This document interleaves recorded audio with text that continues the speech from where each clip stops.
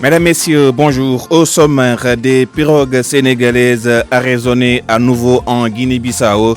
Leurs propriétaires des pêcheurs de Joal, il leur est reproché d'avoir utilisé des filets monofilaments. Nos compatriotes devront payer une amende d'1 500 000 par pirogue. Guinaw Rail Sud, dans la banlieue de Dakar, le maire crache sur les fonds de dotation alloués à sa commune. Abdoulaye Diop juge dérisoire le montant face aux problèmes de la collectivité. L'enseignant célébré dans le monde entier ce 5 octobre est dédié à ceux-là qui dispensent le savoir dans les salles de classe. À Kolda, les enseignants doivent faire face quotidiennement à des effectifs pléthoriques ou à des abris provisoires. Malgré les difficultés, ils font de bons résultats. À suivre le reportage d'Abdoulaye Diallo. Le reportage Safar nous conduit à Fatick où les talibés mourides ne comptent lésiner sur aucun moyen pour le Magal de Touba. Dans le reportage que nous propose Aminata Goudiaby, les uns et les autres donnent leurs convictions sur le Hadia. À suivre la page des sports, ce sera avec Youssoufo Bodian, la revue de presse de Barthélémy Ngom et tranche de vie qui va à la rencontre d'Awali, victime du cancer du col de l'utérus. Prétexte Octobre Rose, c'est le mois dédié à la sensibilisation contre le cancer. Ce journal vous est présenté par Pabès Diba. Abdoulaye Diop est à la partie technique. Mesdames, Messieurs, bienvenue. Arraisonnement de 6 pirogues sénégalaises en Guinée-Bissau jeudi dernier. Les autorités bissau-guinéennes accusent les pêcheurs de Joal d'avoir utilisé des filets monofilaments. Cette pratique de pêcher interdite en Guinée-Bissau. Le montant de l'amende infligée aux pêcheurs est d'1 million de montant. Donc le montant est fixé donc à 1 500 000 par pirogue. Puis ce 5 octobre, le monde entier célèbre l'enseignant. Le thème retenu cette année, les jeunes enseignants, l'avenir de la profession. Prétexte pour nous pour voir les abris, les difficultés auxquelles font face les enseignants de Kolda, les abris provisoires, l'accès à certains établissements et les effectifs pléthoriques dans certaines salles de classe, entre autres difficultés. Malgré tout cela, ils réussissent à faire de bons résultats, nous dit Abdoulaye Diallo. Les salles de classe en abri provisoire constituent l'une des difficultés majeures qui entravent le travail des enseignants dans les écoles. Nous avons des conditions de travail difficiles à cause du manque de salles de classe. Difficile, c'est difficile, d'autant plus vous le constatez avec les abris. L'ouverture, il faut attendre jusqu'au mois de novembre parce qu'il faut d'abord la construction des abris. Mais aussi les constructions des écoles, des classes. C'est comme vous voyez une école, l'école abrite un centre. Et jusqu'à présent, nous n'avons pas encore bénéficié de construction. Avec ces abris, les enseignants ne se sentent pas du tout en sécurité. Oui, on n'est pas en sécurité, on n'est pas en sécurité. Ma première année ici, j'avais vu un serpent au niveau des abris. Donc ce qui veut dire c'est dangereux pour les enfants. Pour cela, ils réclament l'effectivité totale du programme Zéro Abri. Vraiment, si nous pouvons avoir des constructions, comme l'a dit le ministre. Et pour cela, le gouvernement doit nous aider. Malgré ces conditions de travail, les enseignants se débrouillent quand même à faire chaque année de bons résultats. Malgré ces difficultés, nous parvenons à faire de bons résultats. Par exemple, dans mon école de Médina Mamadou Alou, dans la commune de Djalambéré, j'ai pu faire un bon résultat, un résultat honorable de 100%. L'accès à certains établissements, les effectifs pléthoriques dans certaines classes et l'absence de cantines scolaires par endroit sont aussi des difficultés qui gangrènent le travail des enseignants à Kolda. RFM Kolda, Abdoulaye Diallo. Le métier d'enseignant fait-il toujours rêver? La question est posée à des acteurs du secteur. Abdou Diouf Diagne a ainsi tendu son micro à un enseignant à la retraite, à un directeur d'école et un enseignant en activité. Le reportage.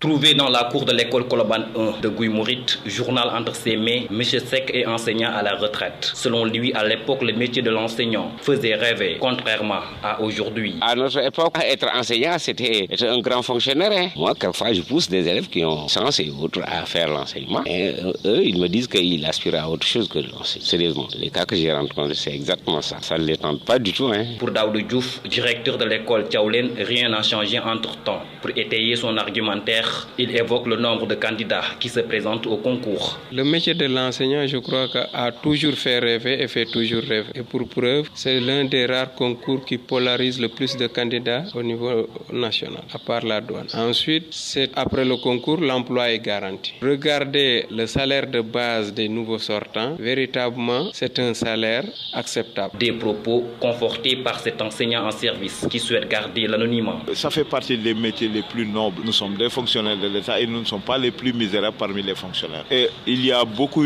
plus de considération au niveau du quartier aussi. Les gens considèrent les enseignants comme des demi-dieux entre guillemets parce que tous les problèmes leur sont posés pour espérer avoir une solution. À Rufisque, les avis sont partagés entre les acteurs de l'enseignement sur la question est-ce que les métiers de l'enseignant attirent toujours? Mais la plupart des enseignants rencontrés répondent par l'affirmatif. RFM Rufisque, Abdou Diouf Diagne. Éducation toujours avec les étudiants de l'université Gaston Berger de Saint-Louis qui maintiennent leur mot d'ordre de grève illimitée. La coordination des étudiants dénonce le mutisme des autorités face à leurs problèmes. Ils s'insurgent ainsi contre la volonté du ministre de l'Enseignement supérieur d'y orienter 5000 étudiants. On écoute le président de séance lors du point de presse tenu ce matin, Aboubakri Sall au micro de Nabi Silla. Aujourd'hui, la CSL requiert du ministre la livraison des 2000 lits ainsi que le redémarrage des travaux du bloc administratif et pédagogique constitue la condition sine qua non pour l'accueil de nouveaux bacheliers à l'université Gaston Berger. De la volonté du ministre d'orienter plus de 5000 nouveaux bacheliers à l'université, faisant fi des conditions catastrophiques d'accueil et de la requête de l'Assemblée de l'université de n'en orienter pas plus de 2300. La CSL rappelle au ministre que le seul déterminant pour un éventuel levée de mot d'ordre, c'est la satisfaction de l'ensemble de ces points, la réalisation de la voirie interne, la réhabilitation des restaurants universitaires, le paiement des bourses de tous les étudiants omis, le démarrage du grand projet d'assainissement dont l'ordre de service a été remis depuis octobre 2018. La CSL avertit que tant qu'il lui restera une parcelle de pouvoir et un grain de souffle, elle continuera à combattre pour la justice pour le camarade Mohamed Falloussène. En plus bref, Cheikh Silla, le président de l'Union pour le développement des deux côtés de la rive du Sandougou, est convoqué par l'adjoint au sous-préfet de Makacouli-Bontan. Il a été entendu par le commandant de la gendarmerie et reconvoqué lundi prochain. Tout est parti de la diffusion sur RFM et TFM des complaintes des populations qui réclament la construction du pont de Sandougou pour désenclaver 73 villages de l'arrondissement de Makacouli-Bontan. Une affaire à suivre, nous y reviendrons avec Moussa Oumar Gueye. Colère du maire de Guinaw Rail Sud contre le ministre des collectivités territoriales. Abdoulaye Diop crache sur les fonds de dotation alloués à sa commune. Il estime que l'argent destiné à sa municipalité est insuffisant par rapport à ses problèmes. Nous l'écoutons au micro de Ndongoka. Nous leur demandons quand même de nous accompagner parce que quand même le fonds de dotation de Guinaw Rail, le montant que nous recevrons vraiment ne correspond pas à la demande parce que nous avons 2 écoles élémentaires. Nous avons vraiment le CM, nous avons la carte de troupeau, nous avons vraiment beaucoup d'écoles, nous avons des écoles associatives. Donc ces écoles associatives-là n'ont pas assez de moyens. Et Lolo, vraiment c'est Guinaw Rail uniquement que vous voyez ces écoles associatives-là. Il n'y a pas dans les autres communes. Donc il est bon quand même de nous appuyer encore vraiment en relevant un peu vraiment les fonds de dotation de Guinaw Rail. J'avais même écrit au ministre quand même de nous faire ça, mais bon, nous nous rendons toujours. Deuxièmement aussi, je crois que maintenant, ce qui reste à Guinaw Rail, c'est un lycée. Maintenant, il reste d'avoir un lycée. Je crois que maintenant, pour éviter, parce que Guinaw Rail est maintenant enclavé, il y a l'autoroute à péage, il y a la restauration, mais il y a aussi vraiment ce qu'on appelle le terre, qui nous a créé beaucoup de problèmes. Les élèves ne peuvent plus traverser, donc ça sera terrible pour un élève qui est vraiment de Guinaw Rail traverser, aller à Pikine. Maintenant, avec le temps, tu risques vraiment de ne pas rentrer à l'heure. Donc maintenant, il est vraiment temps, maintenant que cette année, vraiment, Guinaw Rail est un lycée. Et je le demande vraiment aux autorités vraiment du Sénégal Sénégal, notamment le ministre de l'Éducation nationale, les instructeurs, de nous appuyer vraiment pour ce lycée-là. En plus bref, Khalifa Sall poursuit ses visites auprès des familles religieuses. Ce samedi, il est attendu à Tivaouane où il sera reçu par le khalife général des Tidjanes et son porte-parole Pape Malick Sy. Après Tivaouane, il fera cap sur Ndiassane, l'ex-maire de Dakar, sorti de prison il y a une semaine, était hier à Touba. Une nouvelle association regroupe des Sénégalais basés en Mauritanie et des Mauritaniens vivant au Sénégal. Le but est de rapprocher les deux peuples et venir en appoint à la diplomatie des États. Les initiateurs ont fait face à la presse hier à Nouakchott. Nous écoutons Oumar Ndaou, il est le secrétaire général de cette association. Le voici au micro de Mohamed Diop. RFM, la radio de toute l'actualité. Nous, Sénégalais et Mauritaniens, nous avons pris l'initiative de mettre sur pied ce mouvement, dénommé Mouvement pour le renforcement de l'amitié sénégalo-mauritanienne, pour que les deux populations puissent faire leur propre diplomatie. Le protocole étatique peut être souvent lourd et que nous, en tant que citoyens sénégalais ou mauritaniens, nous pouvons faire des déplacements beaucoup plus faciles pour mieux soutenir ou bien mieux donner l'appui aux États pour que tout se passe normalement. C'est pour cela que nous avons mis sur pied ce mouvement en appelant les deux États, qu'ils soient du côté du Sénégal, du côté de la Mauritanie, qu'ils puissent soutenir ce mouvement. Parce que c'est un mouvement qui a l'intérêt de faire tout pour que les deux populations se rapprochent. En tout cas, c'est ce qu'on demande aux deux chefs d'État, c'est ce qu'on demande aux deux gouvernements, aux ambassades, aux consulats et tout. Même aux chefs religieux, parce que vous savez qu'entre les deux pays, ils se sont liés par la religion surtout. Puis, journée de dépistage du cancer du sein, plus de 400 femmes se sont déplacées ce matin au siège de la LISCA. Selon le chargé de la communication de la Ligue sénégalaise de lutte contre le cancer, ce chargé de communication donc qui affirme qu'il y aura un suivi et après les consultations, des bons de mammographie seront offerts. Les patients, eux, disent en profiter car le tueur silencieux continue de faire des ravages. Le reportage de Salimata Aou.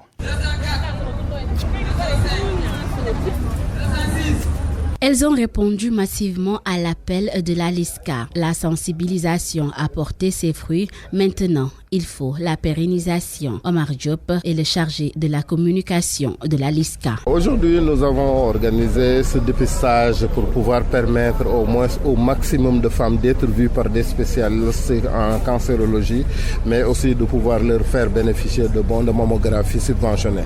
Parce que vous savez, de par la mammographie, qu'on peut dépister le cancer du sein, et le cancer du sein dépisté tôt se traite et les chances de guérison sont énormes. Ndeye Touti vient des Mamelles. On lui a demandé de faire la mammographie vu son âge. Comme je suis un peu âgée, j'ai 53 ans.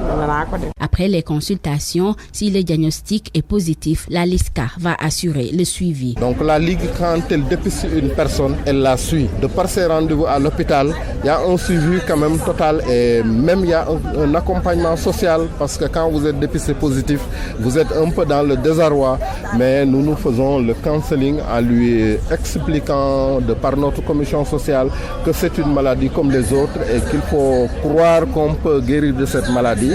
Et voilà, la LISCA ne dépiste pas une personne, détecte une maladie et la laisse partir. Nous faisons le suivi. Le dépistage se poursuit jusqu'au soir. Un bilan sera fait par la LISCA pour mieux continuer la lutte et la sensibilisation. Salimata, je rappelle que la Ligue sénégalaise de lutte contre le cancer, LISCA, fête cette année ses 10 ans d'existence. Reportage Safar, être un vrai mouride rime avec le don pieux communément appelé Adia. Les talibés rencontrés à Fatick ne comptent lésiner sur aucun moyen en vue du grand Magal de Touba. Ce en dépit de la conjoncture, chacun livre ici sa conviction dans ce reportage d'Aminata Goudiaby. Et je veux mourir. C'est pour moi le meilleur cadeau que le Créateur m'a fait. Être mourir déjà, c'était un cadeau pour moi. Il s'appelle Teigne Diouf et est enseignant à la retraite. Sa fierté d'appartenir à la confrérie de Khadimou Rassoul est connue de tous. Comme tout digne mouride, il se prépare à aller célébrer le Magal de Touba, mais comme d'habitude, il n'y va pas les mains vides.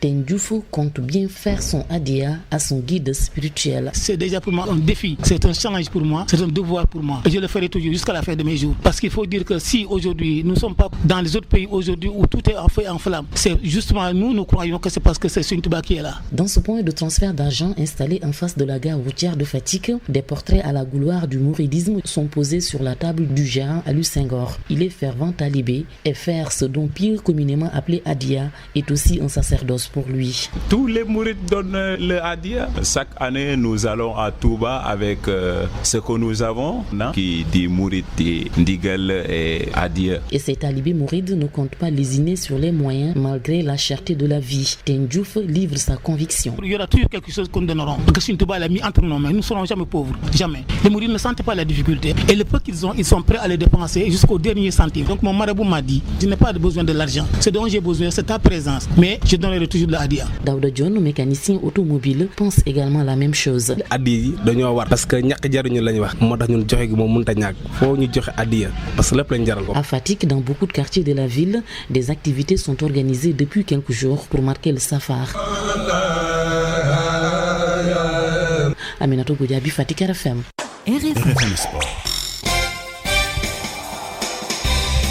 À 12h passées de 15 minutes, nous accueillons Youssouf Bodian pour la page des sports. Youssouf, bonjour. Bonjour, Pabès. Football en ouverture avec les suites des quarts de finale du tournoi de l'UEFOA. À 20h ce soir, donc, Togo, Côte d'Ivoire pour une place en demi-finale. Le vainqueur va affronter le Ghana qui a sorti hier le Burkina Faso. C'était en quart de finale, 5-4 après tir au but. À la fin du temps réglementaire, un but partout. Malgré tout, le sélectionneur des étalons est satisfait du comportement de ses joueurs. Il s'appelle Yaya Banoro. Je pense qu'on a eu un manque de concentration lorsqu'on a marqué le premier but. Et vous venez de dire qu'on a été rattrapé aussi au tir au but.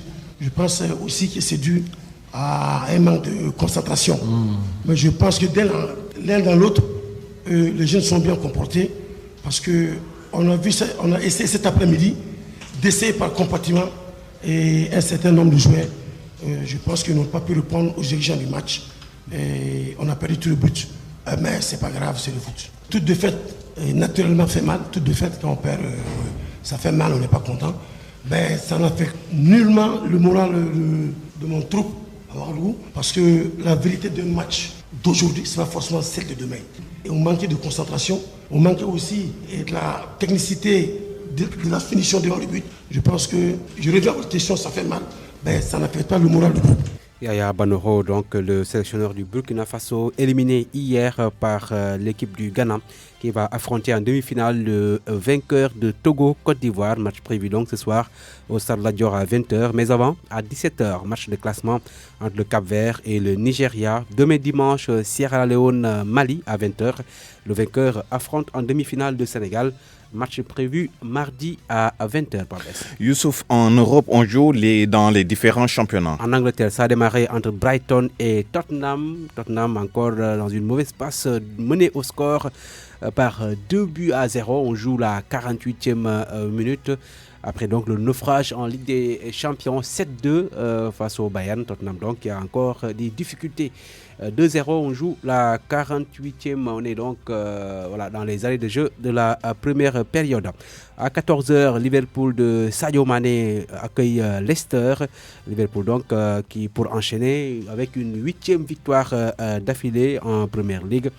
Burnley, Everton, Watford, Sheffield United. Match prévu également à 14h. En Espagne, notez que le Real Madrid va accueillir Granada, match prévu donc à 14h. Granada donc qui avait réussi à battre le FC Barcelone.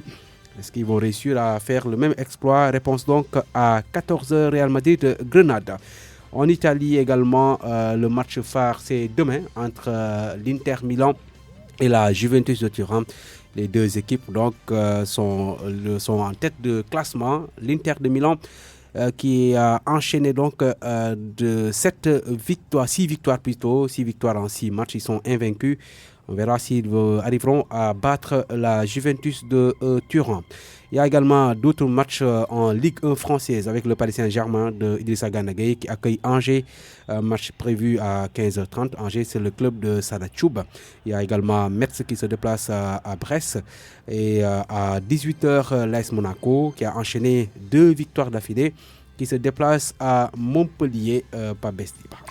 Youssouf, en basket, les demi-finales retour de la Coupe du Sénégal sont prévues cet après-midi. 2 matchs donc au programme au stadium Marius Ndiaye à 17h, US Ouakam, Dakar Université Club.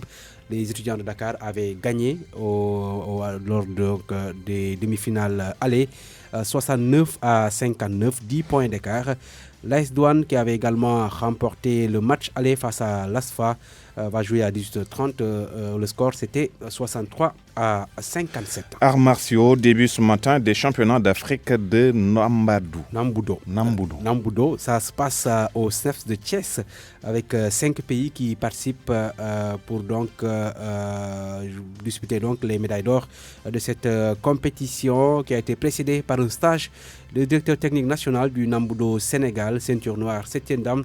Il s'appelle Mamadou Jean-Charles Tal. Je vous propose de le suivre. Ça a été un grand moment de rencontre et d'échange entre nous tous. Et c'est ça d'abord que nous recherchons. Maintenant que nous avons réussi à mettre cela en place, on passe à la phase de compétition qui est le championnat d'Afrique. Malheureusement, nous n'avons pas eu beaucoup de pays. Il faut savoir que voyager en Afrique, ça coûte très cher. Mais on a 3 pays qui sont considérés un peu comme les pays phares, le Sénégal, le Cameroun et la Côte d'Ivoire, en sachant que la Côte d'Ivoire et le Cameroun sont beaucoup plus gros que le Sénégal.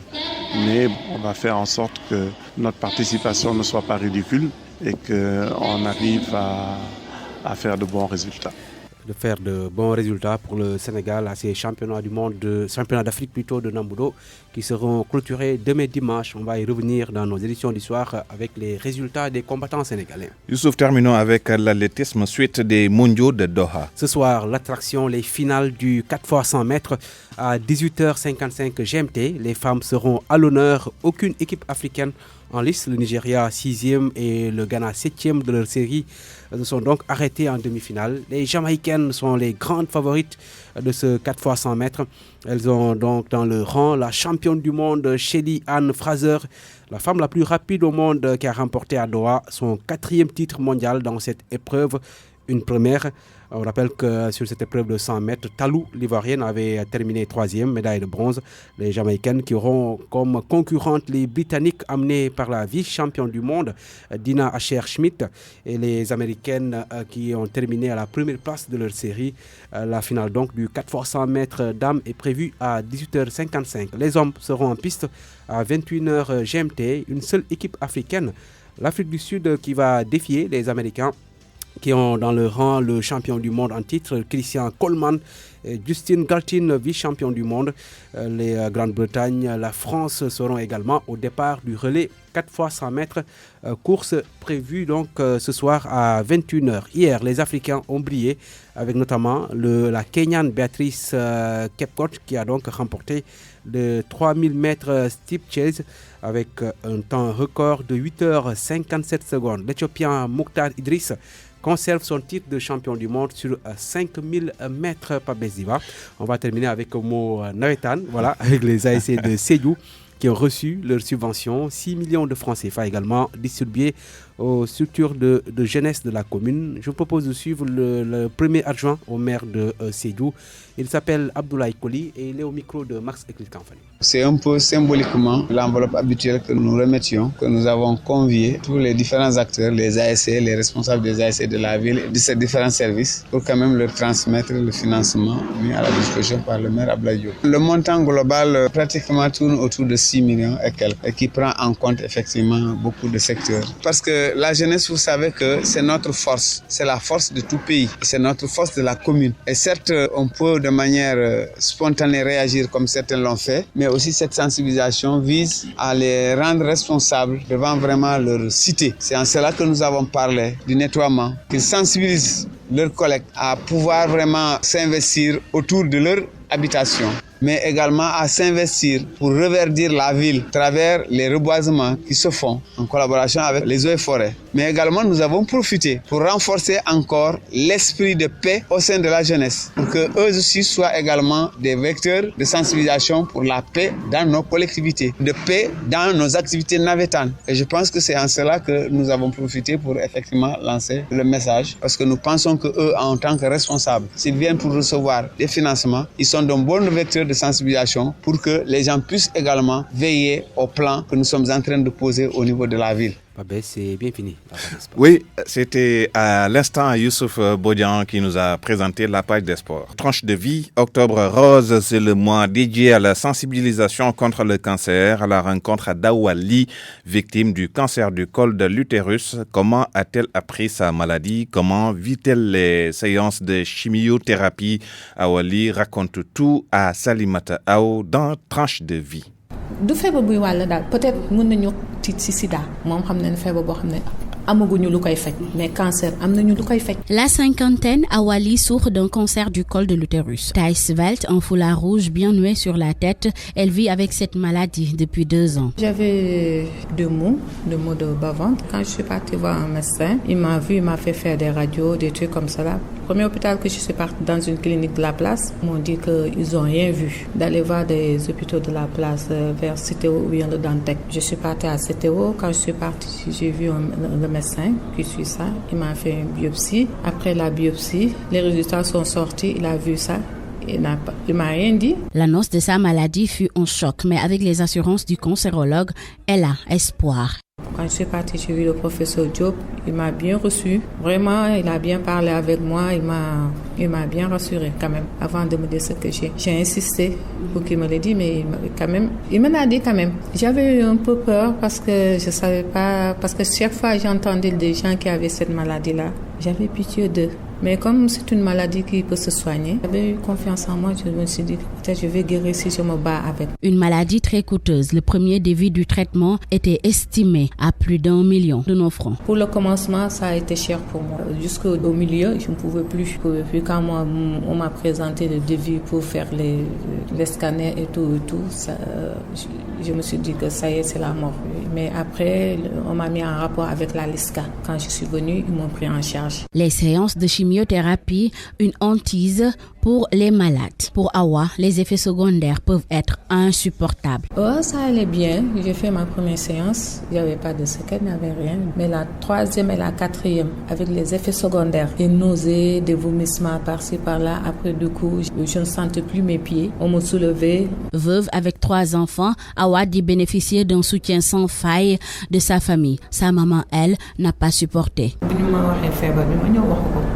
C'est ma confidente. Je lui ai parlé des trucs comme ça. Ay, ainsi de suite. Mais après, moi, on a fait des tensions. Nous sommes connus au principal. 2 semaines après.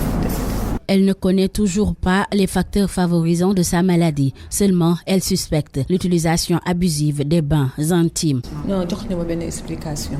Mais moi, je suis yakar. Si je suis yakar parce que je suis def ay bains intimes. Te ñu ne def ko lu bari wala raxas sa kanam lu bari yoy. Ragalon na lol def mako ou bien denc saw. Pour le moment, elle attend son rendez-vous pour la radiothérapie. Seulement, la machine est en panne.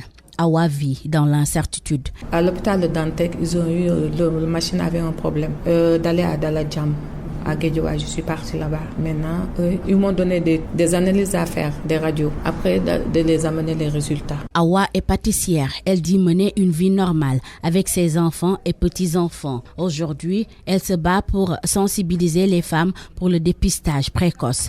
La presse du jour avec Barthélémy Ngom. Bonjour. Bonjour. Khalifa Sall à Touba hier, plusieurs quotidiens rapportent les échos de sa visite. Le quotidien Les Échos fait part des terribles révélations de l'ancien maire de Dakar. Dakar. J'avais refusé, dit-il, de sortir de prison, mais on m'a jeté dehors avec mes bagages. La raison est simple, c'est parce que Khalifa Sall n'a pas demandé de grâce. Mieux, Khalifa Sall, toujours selon les Échos, confirme tout ce qui parlait de deal qui lui aurait été proposé pour lui éviter la prison. Il explique tout cela par le marché qui lui a été proposé et qu'il a refusé. Mais dans l'As quotidien, il dit avoir tout oublié. Ce qui s'est passé est derrière moi, ça relève de la volonté divine et c'est d'ailleurs ce qui lui fait plaisir durant cette rude épreuve, écrit encore l'Observateur. Khalifa dit rendre grâce à Dieu et demeure convaincu que cela faisait partie de son destin et il le prend comme tel, rapportent mes confrères du groupe Futur Média. Cette page tournée, l'ancien député maire de Dakar se projette sur l'avenir. Il le dit dans Vox Populi avec cette phrase: ce qui est important, c'est ce qui est devant nous. Sur la mosquée Massalikul Jinan, Khalifa Sall se réjouit et dit avoir fait une étude comparative entre Massalikul Jinan, un autre de El Hadj Malick Sy, le Coran et la Bible durant son séjour carcéral.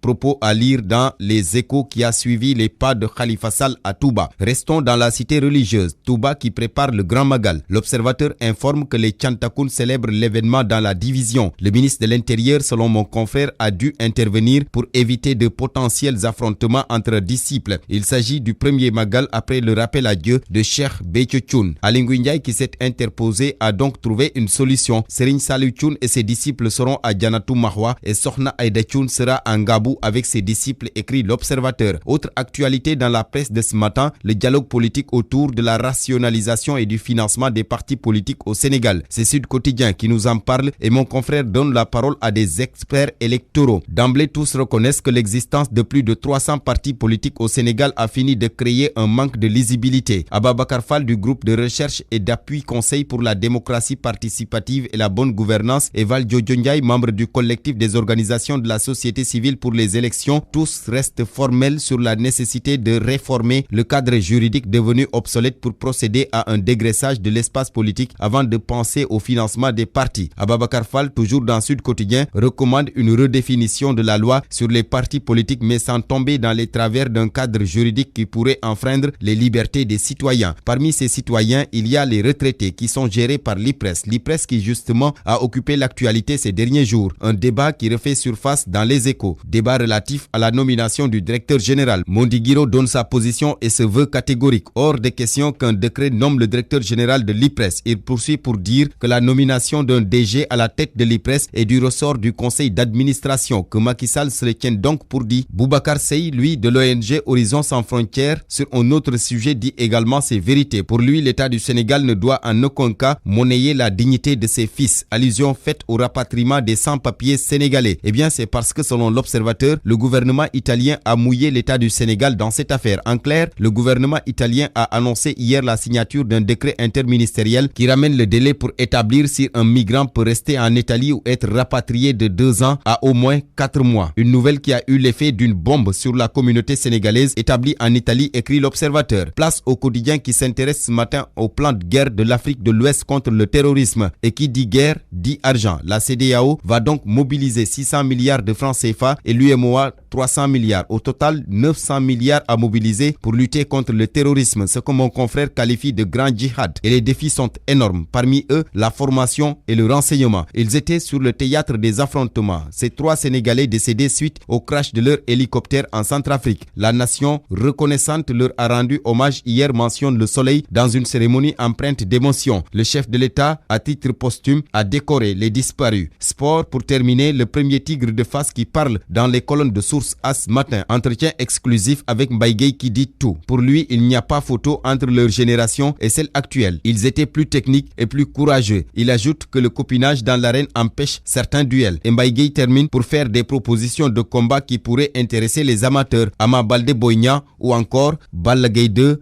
Lac de Guiers 2, sans que cela n'entache leur bonne relation. Bonne lecture. C'est de Barthélémy Ngom met un terme à ce journal qui vous a été présenté par Pabé Sadiba en compagnie de Abdoulaye Diop à la partie technique. Merci de nous avoir suivis. Retrouvez à 13h Dieynaba Sidouba pour le journal en Wolof. Excellente suite des programmes en compagnie de RFM. Ravi de vous retrouver pour ce nouveau numéro du magazine culturel d'RFM Khala. Lobi Ndiaye remporte le Grand Prix littéraire Béyanzin avec son livre Une perle en en éclats publié par l'Harmattan au Sénégal, une première édition organisée par les associations Bénin Livre et Culture et Développement d'ici et d'ailleurs, rencontre destinée aux écrivains africains francophones.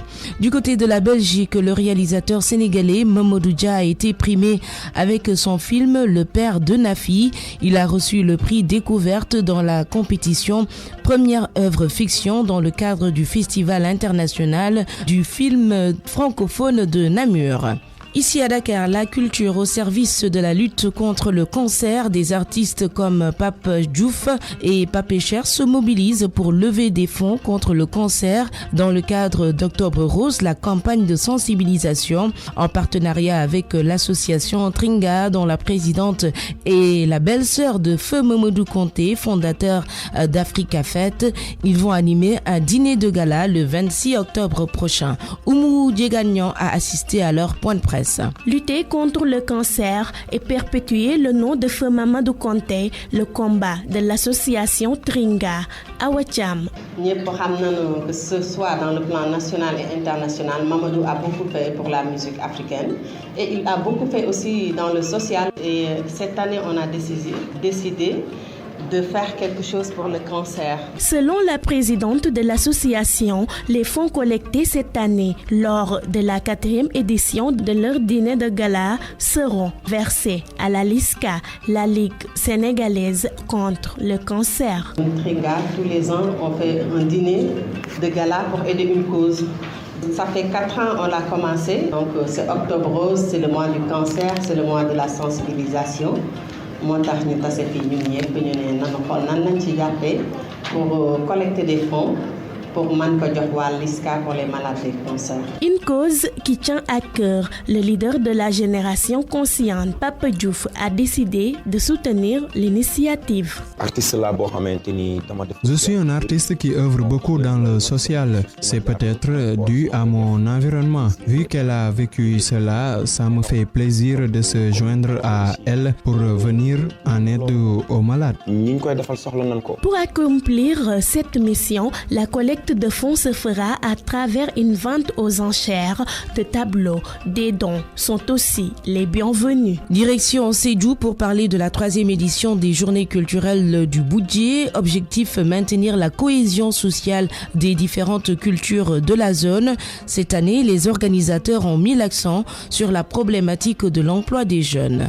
La correspondance de Max Clyde Canfani. Ce sont des journées culturelles qui sont d'un grand apport dans le développement de cette zone du Boudjé, ont constaté les organisateurs après la tenue de la 1e et 2e édition. Lamine Diawara, maire de Djiridji, commune qui a accueilli ces journées. C'était pour nous une occasion de regrouper les différentes communautés pendant un certain nombre de jours, pour voir vraiment ce que chacun doit pouvoir apporter et que ça nous a beaucoup servi. On s'est dit pourquoi ne pas faire la 2e édition. La 2e édition a eu son impact, alors il fallait quand même qu'on puisse poursuivre les initiatives de faire décoller notre collectif. Une organisation conçue dans la diversité force de la culture, d'où ce soutien manifeste du ministère de la Culture représenté par une forte délégation conduite par l'administrateur du monument de la Renaissance, Racine Senghor. Parce qu'elle est signe de variété, de dynamisme et de créativité. Et c'est tout cet aspect-là, la créativité, le sens de l'imaginaire développé, la conjonction des forces, la capacité d'être ensemble pour créer, c'est-à-dire apporter du nouveau, innover, c'est tout cela qu'il y a dans ce festival et qui fait que le ministère de la Culture lui accorde une importance fondamentale. Parce qu'en réalité, il s'agit aussi de penser le développement. Journée culturelle émaillée par des sessions de formation à l'endroit des jeunes du Boudjé pour faire face aux problèmes d'emploi des jeunes de la zone, selon le maire de Djiridji. Aujourd'hui, la commune est confrontée à un problème d'emploi des jeunes. Et en collaboration avec le ministère de la Formation et de l'Emploi, nous avons initié des sessions de formation des jeunes en entrepreneuriat, en art oratoire et aussi en technique de réparation de téléphones portables. Le réseau d'échanges culturels, le groupe 30 Afrique, poursuit sa tournée nationale axée sur le leadership culturel. Après Ziguinchor, cap sur Louga, où 10 acteurs culturels ont bénéficié de leur formation à l'entrepreneuriat culturel. Je vous propose d'écouter Omar Sall, fondateur et coordonnateur du groupe 30 Afrique.